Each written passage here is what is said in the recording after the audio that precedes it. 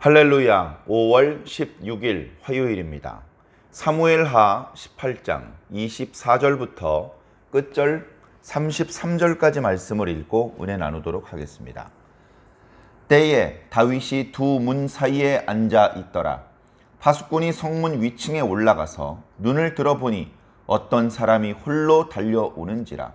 파수꾼이 외쳐 왕께 아뢰되 왕이 이르되 그가 만일 혼자면 그의 입에 좋은 소식이 있으리라 할 때에 그가 점점 가까이 오니라. 파수꾼이 본즉 한 사람이 또 달려오는지라. 파수꾼이 문지기에게 외쳐 이르되 보라, 한 사람이 또 혼자 달려온다 하니 왕이 이르되 그도 소식을 가져오느니라. 파수꾼이 이르되 내가 보기에는 앞선 사람의 다름질이 사독의 아들 아히마스의 다름질과 같으니이다 하니 왕이 이르되 그는 좋은 사람이니 좋은 소식을 가져오느니라 하니라. 아히마스가 외쳐 왕께 아뢰되 평강하옵소서 하고 왕 앞에서 얼굴을 땅에 대고 절하며 이르되 왕의 하나님 여호와를 찬양하리로소이다. 그의 손을 들어 내 주 왕을 대적하는 자들을 넘겨주셨나이다 하니 왕이 이르되 젊은 압살롬은 잘 있느냐 하니라.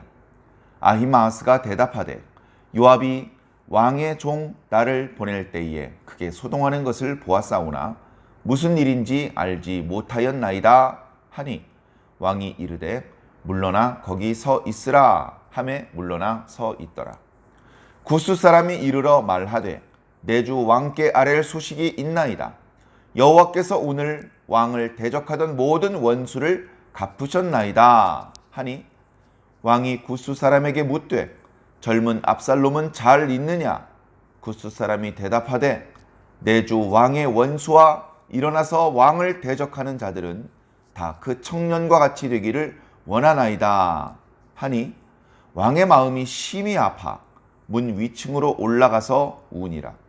그가 올라갈 때에 말하기를 내 아들 압살롬아, 내 아들 압살롬아, 차라리 내가 너를 대신하여 죽었더면 압살롬 내 아들아 하였더라.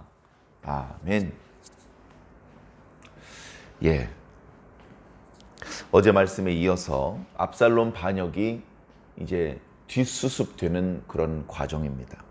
전장에서는 압살롬을 숲을 가운데 있는 큰 구멍에 던져놓고 돌을 던져서 돌무더기를 만들었습니다. 왕자라는 것을 생각해 본다면 그냥 대충 현장에서 급하게 그저 땅에 매장한 정도라고 볼 수밖에 없습니다. 그리고 그 과정에서 엄밀함, 정중함 이런 것은 찾아보기 어려웠을 것입니다.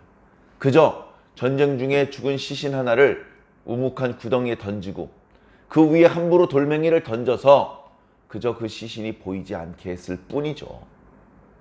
자, 그런데 그가 반란의 수괴였음에도 불구하고 반란의 수괴를 죽인 것을 그저 기분 좋게 생각할 수만은 없는 것이 바로 왕의 친아들이었기 때문에 그렇습니다. 이 소식을 어떻게 왕에게 보고할꼬?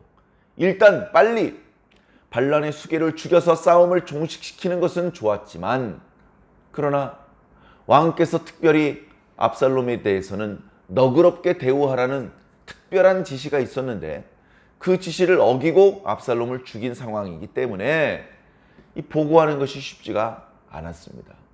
압살롬이 무사히 생포되길 바랬고 만약에 압살롬을 죽였다면 어떤 사람이 죽였는지 찾아서 엄벌에 처할 수도 있는 상황이 되고 있기 때문에 그렇습니다. 아히마아스가 전후 좌우의 사정을 충분히 알지 못한 채 요압에게 청했죠. 제가 얼른 다윗 왕에게 가서 이 소식을 전하겠습니다. 가지 마라. 네가 이 일로는 상을 받을 수 없다. 그리고 옆에 구스 사람을 대신 보냅니다. 그랬는데도 아히마아스가 빨리 보내주세요. 저도 다윗 왕께 빨리 이 말씀을 전해드리고 싶습니다. 거듭거듭 재촉을 하자 요압이 허락해 주었습니다. 구스 사람이 달려간 길을 택하지 않고 조금 우회하지만 더 편안한 길을 선택한 아히마아스는 먼저 달려갔던 구스 사람을 앞질러서 지금 다윗 왕에게 도착하고 있는 것입니다. 한편 마하나임 성에서 전쟁의 소식이 어찌 되었을까? 지금 벌써 아침에 출전한 지가 꽤 오래 지났는데 지금쯤이면 어떻게 전쟁 상황이 돌아가고 있는지 전령을 보내서 그 소식을 알려줄 때가 되었는데 방 안에만 앉아 있을 수 없었던 다윗은 한낮의 뜨거운 열기가 지나가자 밖에 나와 봅니다. 오늘 말씀에 두 성문 사이에 서 있었다는 뜻은 성에 내성이 있고 외성이 있는데 그 두 성문의 중간쯤에 서 있었다는 뜻입니다. 그런데 이제 성문 꼭대기에 망루에서 파수꾼이 누가 성을 향해서 달려오고 있는지 발견하게 됩니다. 한 사람이 달려오고 있습니다. 이렇게 보고를 합니다. 다윗은 경험이 많죠. 한 사람이 달려오는 것이라면 전쟁에서 승리했다는 뜻이다. 승리의 소식을 전장에서 보내온 것이다. 만약에 여러 사람이 달려온 것이라면 전쟁에서 크게 패하여서 패잔병이 오는 것이다. 그런데 지금 한 사람이 오고 있으니 좋은 소식일 것이다. 히브리어로 소식이라는 그런 뜻을 가지고 있는 낱말 속에는 좋은 소식이라는 의미가 있습니다. 자, 그런데 조금 지나자 파수꾼이 또 이렇게 외칩니다. 한 사람이 달려오는데 그 뒤에 또 한 사람이 달려옵니다. 또 한 사람이 달려오는 것이냐? 그렇다면 그에게도 소식이 있을 것이다. 그런데 파수꾼이 이제 점점 다름질에서 오는 사람을 가까이서 보니 먼저 달려오는 사람이 아히마아스 같습니다. 그의 다름질이 독특했는지 아니면 가까이 오다 보니까 그의 옷차림이나 그의 얼굴을 알아볼 수 있어서 그랬는지 그래? 그는 좋은 사람이니 좋은 소식을 가져올 것이다. 다윗은 이제 승리의 소식을 확신하고 있습니다. 자, 드디어 아히마아스가 도착했습니다. 왕이여 평안하옵소서. 걱정하실 필요 없습니다. 모든 일이 다 잘 되었습니다.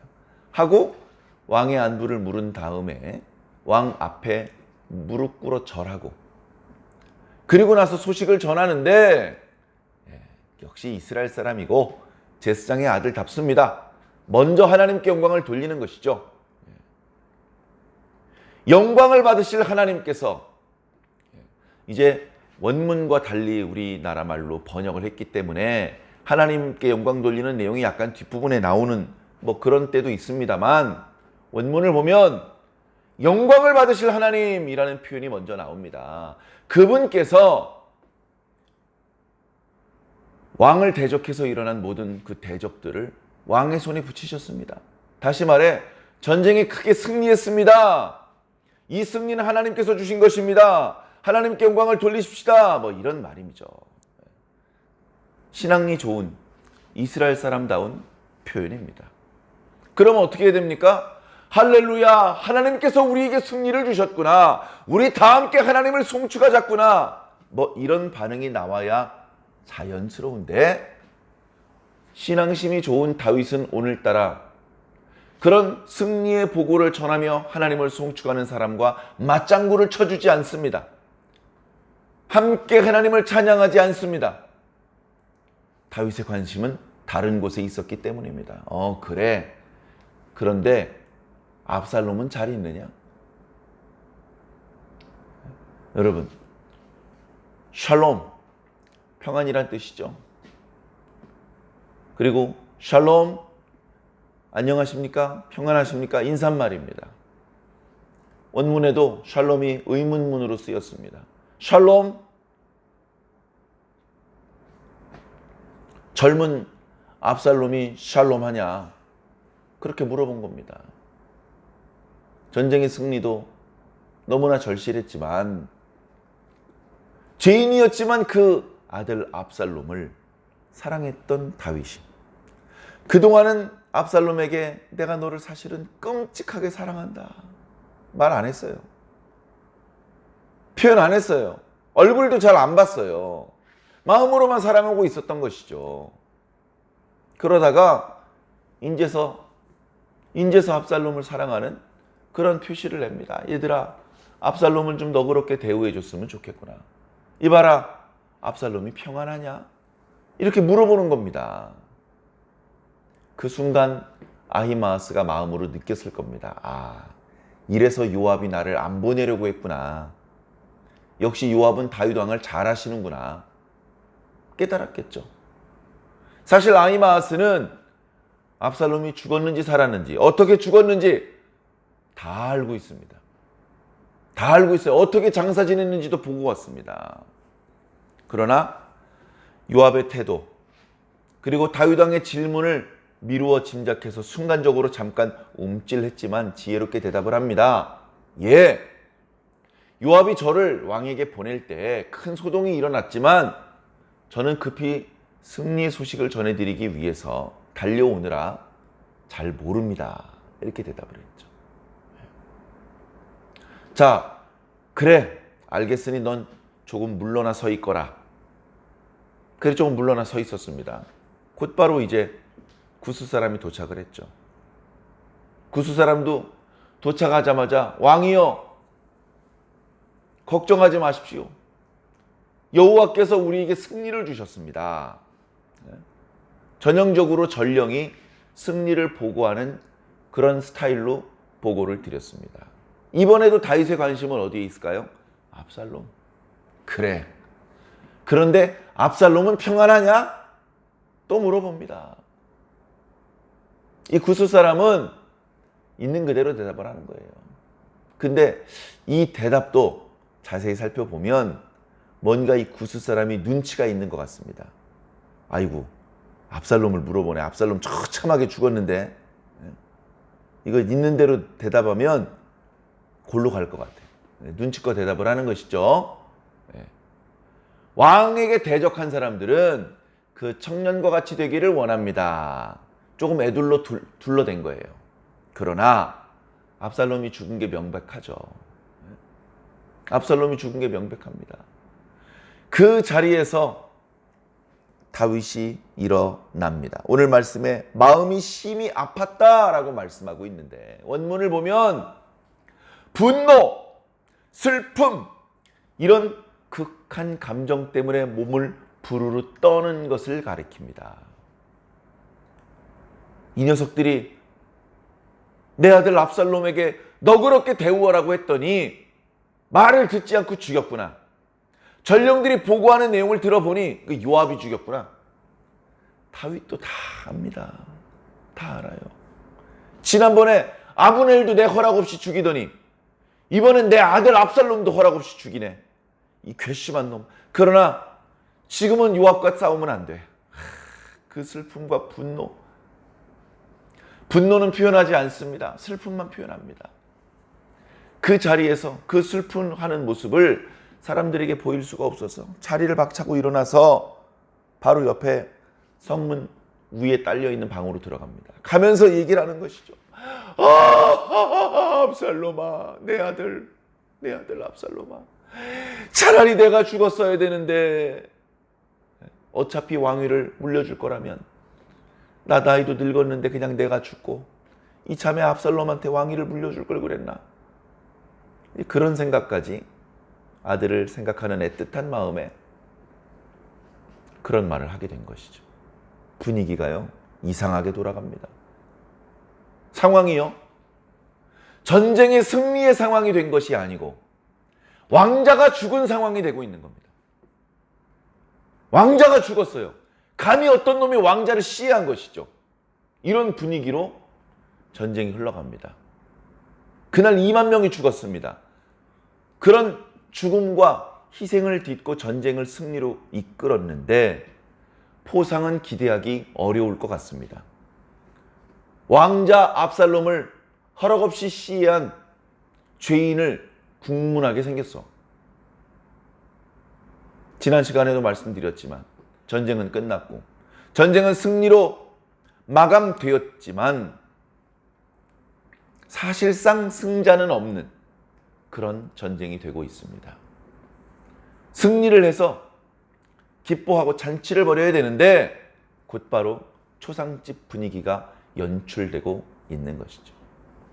저는 말씀을 읽으면서 압살롬이 살아있을 때, 압살롬이 다윗의 음성을 들을 수 있는 코앞에 있을 때, 그때 내 아들 압살롬아, 내 아들아, 내가 너를 사랑한다.